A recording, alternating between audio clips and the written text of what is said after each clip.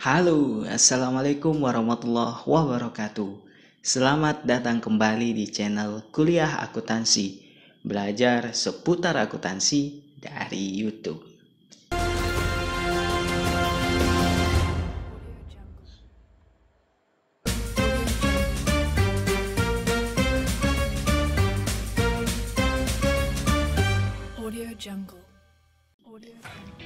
Di video kali ini, teman-teman, kita akan membahas tentang profesi CPA atau seperti apa profesi Certified Public Accountant ini? Mari kita simak penjelasannya.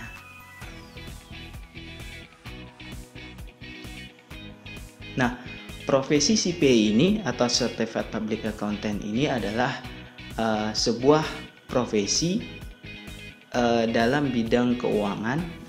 Dalam hal ini fokusnya yaitu dalam bidang pemeriksaan atau audit laporan keuangan. Nah, bagaimana cara untuk memperoleh gelar CPA? Tentu banyak persiapan yang harus teman-teman lakukan. Teman-teman harus melewati beberapa uji dalam beberapa level, kemudian mempersiapkan perizinan, lalu nanti memperoleh izin dari Kementerian Keuangan dan lain-lain. Nah, barulah resmi teman-teman bisa mendirikan kantor akuntan publik atau KAP. Nah, apa itu KAP? Kantor akuntan publik itu adalah sebuah organisasi dalam bentuk sebuah organisasi akuntan publik yang memiliki izin untuk menjalankan usahanya di bidang audit atau dalam bidang audit pemeriksaan laporan keuangan. Nah, izinnya ini diperoleh dari Kementerian Keuangan. Nah, praktek-praktik yang diperbolehkan ini misalnya dalam bidang audit, penyusunan laporan keuangan maupun jasa asuransi lainnya. Nah, kenapa KAP atau kantor akuntan publik bahkan profesi CPA semakin diminati saat ini? Nah, ini tidak lepas dari perkembangan sektor usaha di dunia global, di Indonesia maupun dunia global. Nah, sektor usaha ini memerlukan sebuah asesmen atau penilaian eksternal untuk memperoleh keyakinan yang memadai terhadap laporan keuangan yang disusun. Nah, siapa pihak-pihak itu? Itu disebut dengan pihak-pihak yang berkepentingan atau stakeholder. Nah, siapa saja mereka? Bisa saja manajemen, masyarakat umum, investor potensial, regulator, maupun investor yang sudah menanamkan modalnya. Bagaimana sih hubungan akuntan publik, manajemen, kreditor maupun investor?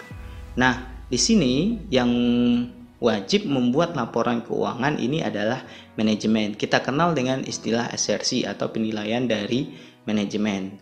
Nah, tugasnya adalah menyajikan laporan keuangan. Untuk siapa? Untuk pemakai atau pengguna dari informasi-informasi yang disajikan dalam laporan keuangan tersebut. Nah, misalnya ada kreditor, investor, maupun pihak lain. Nah, untuk memperoleh keyakinan yang memadai ini, maka dilakukanlah atestasi atau proses audit oleh profesi akuntan publik yang diwadahi oleh kantor akuntan publik. Biasa kita mengenal dengan auditor independen maupun istilahnya itu auditor eksternal. Nah, apa yang diaudit atau apa yang diperiksa? Yang diperiksa itu adalah asersi manajemen. Dalam hal ini yaitu laporan keuangan si manajemen atau yang sudah dibuat oleh manajemen tadi. Hasilnya adalah prosesnya itu mengaudit laporan keuangan, hasilnya adalah laporan audit. Nah, untuk siapa laporan audit itu disajikan? Tadi untuk pihak-pihak yang berkepentingan. Nah, apa saja aktivitas dari kantor akuntan publik atau untuk orang-orang yang memperoleh gelar Certified Public Accountant dan yang kemudian bisa memperoleh izin untuk menjalankan usahanya? Yang pertama yang bisa dilakukan adalah jasa asuransi. Jasa asuransi ini adalah jasa profesional independen yang meningkatkan mutu informasi sebagai basis atau sebagai base atau dasar bagi pengambilan keputusan. Nah, informasi yang dimaksud ini adalah informasi keuangan, ya, atau yang disajikan dalam bentuk laporan keuangan. Yang kedua yang dapat dilakukan oleh kantor akuntan publik atau orang-orang yang memegang gelar CPA dan memperoleh izin, yaitu jasa atestasi. Nah, jasa atestasi ini adalah jasa yang memberikan suatu pernyataan atau pendapat atau pertimbangan oleh orang-orang yang independen, kompeten tentang apakah asersi atau laporan keuangan yang telah disusun oleh manajemen itu bebas dari salah saji yang material. Nah, di sini sudah ditetapkan 4 jasa dari atas bentuk dari jasa atestasi. Yang pertama adalah proses audit. Nah, audit ini adalah upaya untuk memperoleh bukti terhadap aktivitas-aktivitas keuangan secara historis. Nah, sesuai dengan asersi yang sudah dibuat oleh manajemen. Misalnya, manajemen menyajikan dalam posisi laporan keuangannya di neraca itu ada kas. Kas itu katakanlah senilai 5 miliar. Nah, diperoleh audit di sini harus berusaha untuk memperoleh bukti 5 miliar ini dalam bentuk apa. Misalnya, apakah dia dalam bentuk fresh money atau cash yang berada di perusahaan, atau dia berada dalam bentuk lainnya, misalnya berada dalam rekening bank. Nah, untuk memperoleh bukti atau keyakinan terhadap nominal yang ada di rekening bank, kita bisa meminta rekening koran, kemudian konfirmasi dari bank. Nah, untuk memperoleh keyakinan yang memadai dari posisi cash atau fresh money atau cash yang ada di perusahaan, itu bisa dilakukan dengan upaya yaitu cash of name. Selanjutnya adalah pemeriksaan atau examination. Nah, dari examination ini, jasa yang dihasilkan oleh profesi akuntan publik yang berupa pernyataan atau pendapat atas kesesuaian asersi yang dibuat. Nah, dengan tentu kriteria yang telah ditetapkan. Yang ketiga, jasa atestasi yang ketiga adalah review. Nah, review ini adalah permintaan keterangan atau prosedur analitik terhadap informasi keuangan yang sesuai dengan entitas dengan tujuan untuk memberikan keyakinan atas asersi yang terkandung dalam informasi keuangan tersebut. Dalam jasa review ini hanya dilakukan 2 prosedur.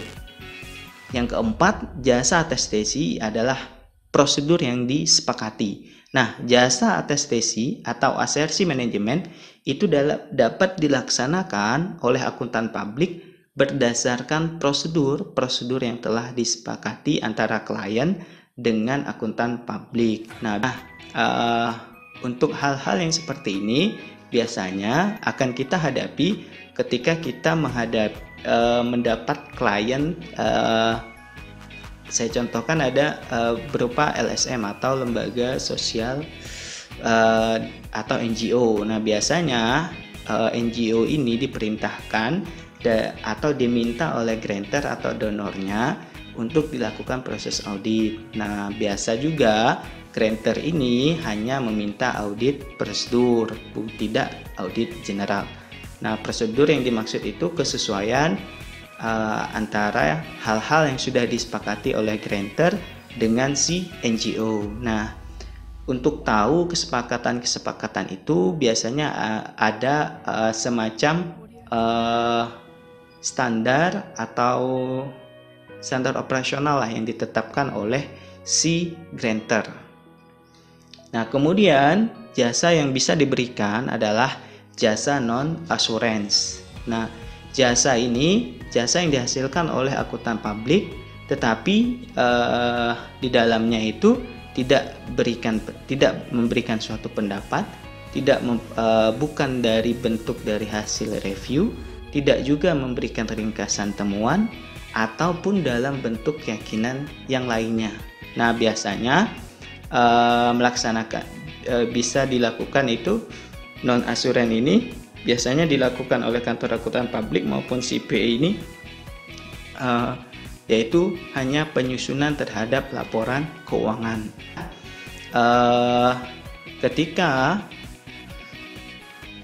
akuntan publik maupun auditor sudah menerima jasa non-asuren dalam bentuk penyusunan laporan keuangan, nah sangat riskan kalau dia juga menerima laporan atau jasa dari atestasi atau jasa auditnya. Nah, lebih baik itu ketika ada pekerjaan seperti itu lebih baik untuk menolak. Kemudian selain penyusunan laporan keuangan, apalagi jasa yang dapat diberikan adalah jasa perpajakan. Nah, teman-teman bisa dalam bentuk misalnya pengisian atau pelaporan dari SPT baik yang individu maupun badan. Nah, tentunya juga didukung ya dengan sertifikasi yang lain, misalnya teman-teman ngambil berepat A, B, seperti itu. Selain itu, jasa juga yang dapat diberikan adalah jasa konsultasi. Nah, biasanya terkait dengan pertimbangan bisnis dan lain-lain, atau bisa juga jasa profesional atau pemberian saran secara profesional yang nanti akan menjadi pertimbangan si klien dalam pengambilan keputusan. Nah, apa saja yang ada atau bagaimana sih struktur yang ada di kantor akuntan publik? Nah, pertama, kantor akuntan publik itu mesti dan wajib punya partner. Nah, partner ini selain dia memperoleh atau bersertifikat CPA, dan orang ini atau partner ini juga sudah mengantongi izin dari kementerian. Di bawah partner itu ada manajer, satu level di atas dari senior. Nah, ini punggawa nih di dalam kantor akuntan publik. Nah, tugasnya merencanakan bersama atau membantu senior audit dalam menyusun perencanaan program audit. Biasanya senior akan berkonsultasi nih dengan manajer terkait dengan waktu, kemudian dalam menyusun manajemen letter, kemudian menyusun kertas kerja. Nah, seperti itu. Kemudian yang ketiga ada auditor senior, nah atau senior auditor. Nah, senior auditor ini tugasnya adalah melaksanakan tanggung jawab untuk mengusahakan bahwa biaya audit, waktu itu sesuai. Nah, berarti tugas di sini dia menyusun program atau rencana maupun program audit. Nah, senior harus bisa nih menghitung, mengkalkulasi. Jadi jangan sampai biaya yang dibebankan itu terlalu mahal dan terlalu murah. Yang keempat ada junior auditor atau auditor junior. Nah, tugasnya adalah melaksanakan prosedur audit secara rinci yang sudah disusun oleh senior auditor. Nanti tugasnya adalah berkonsultasi itu dengan senior auditor. Dia junior auditor yang membuat kertas kerja nanti direview oleh senior auditor. Kemudian tugas dia juga mendokumentasikan pekerjaan audit, misalnya melakukan pencatatan, pengambilan gambar, dan lain-lain. Institut Akuntan Publik Indonesia. Nah, teman-teman bisa cek atau browsing melalui Google atau IAPI. Nah, di sana juga teman-teman bisa mendapatkan informasi bagaimana caranya untuk menjadi anggota IAPI, kemudian bagaimana mengikuti ujian-ujian CPA. Nah, apa yang harus disiapkan? Di situ teman-teman akan mendapatkan informasi yang lengkap. Nah, apa sih tugas IAPI ini ya? Nah, tugas IAPI ini adalah menyiapkan atau menyusun standar audit. Nah, ada 3. Ada namanya standar umum yang pertama. Nah, standar umum ini terkait dengan proses audit secara keseluruhan, teknisnya, dan kemudian dalam hal perikatan, mengatur independensi, mengatur etika profesi. Yang kedua, menyusun standar pekerjaan lapangan.